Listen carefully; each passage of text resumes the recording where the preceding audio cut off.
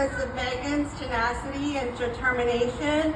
And now we ask you to listen intently as she shares her patient story.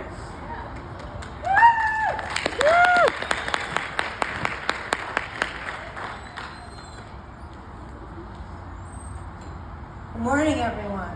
Hello. Good morning. I'm very nervous. Thank you so much for coming out today on this beautiful, chilly morning to support lymphatic education, research, and learn. We are so excited to be here.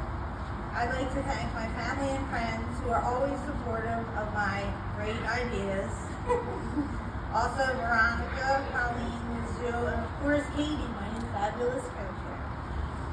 My name is Megan Feltzer, and I was born with primary lymphedema, or Muller's disease. My left leg was so large, I used to drag it behind me while I was crawling. By the age of 2, my doctors found a surgeon at Boston Children's Hospital willing to do a debulking or surgical reduction of my leg to help me walk. So began a series of yearly trips to Boston for the next 10 years. Along the way, my right leg began to swell, so they included that leg in the surgery as well.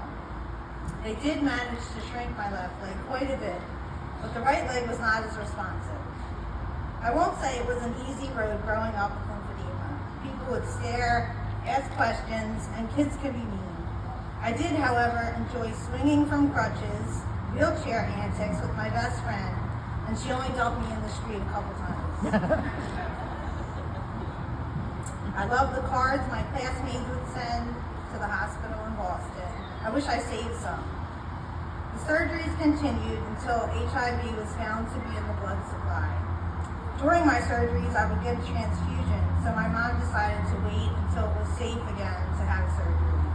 At that time, I was a teenager and not at all interested in any more surgery.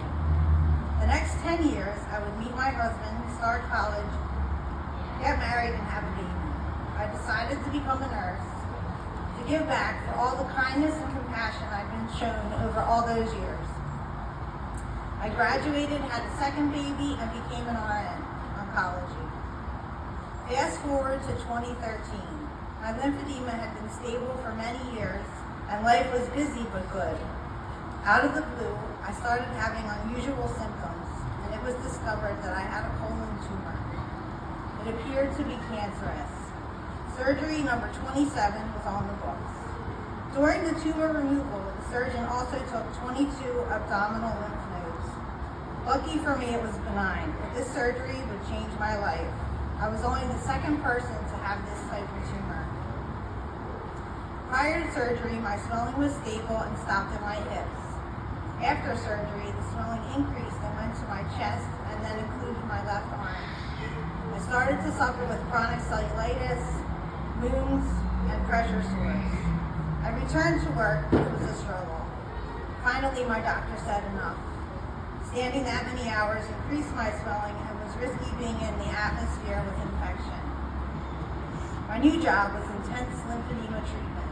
I had manual lymph drainage with ACE wraps for 5 days a week for 8 weeks. Then I started having pain with the 24/7 compression. It proved to be difficult.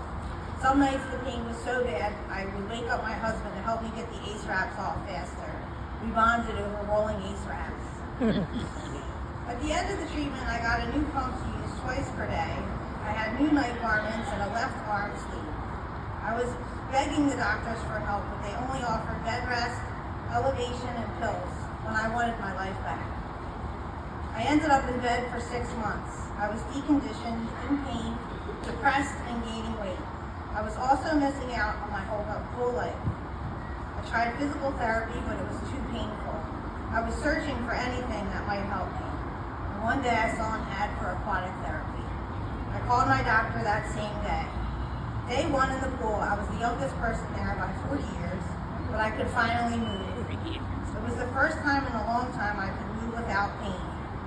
I continued for 6 months and then switched to the pool with the aquatic treadmill. After a couple more months, I was able to jog for 6 miles in the pool. I cried more than once on that treadmill.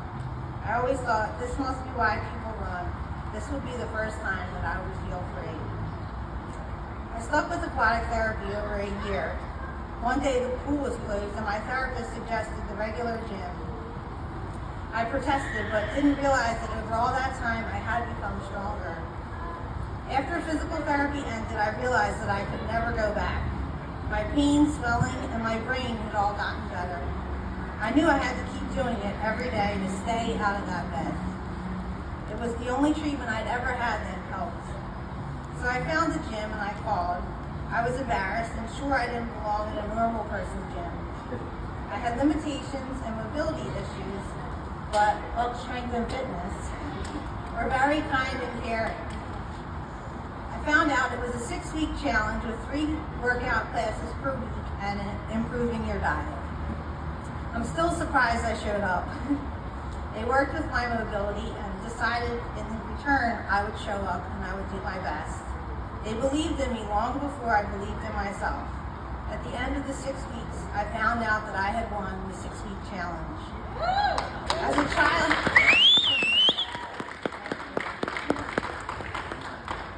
child with a disability, I can't tell you the impact it had on me. 6 months later, I leapt over a fire jump with my gym family at the New Jersey Mount Vernon Spartan Race. My family watched from the finish line. Years of being told to sit out gym class and being chosen last for teams, this was life-changing. It was up there with my greatest moments. Years of being told you can't, to find out, actually, I can. That was in 2018, and I've jumped another fire since then at Palmerton, Blue Mountain. I still go to that gym 3 times a week, and those awesome people are here today. That's when I realized it was time to give back. I had made it, and I had come back from something I thought was the end of me. I knew I had to find a way to help others. To hear a story from where someone goes hopelessness to back to having a life might help someone else hang on to their hope. I found LE&RN online. I was excited to find a place where there is support, resources, but mostly a community, a place where most members know what it's like to live with lymphatic disease every day, a place that would understand my compression jokes. I began sending emails to LE&RN about starting a Philly chapter. That was a few years ago, and I'm so proud to stand up here today. Look how far that we have come. Please join with us in changing the future for generations to come with lymphatic diseases. And yes, one person can make a difference.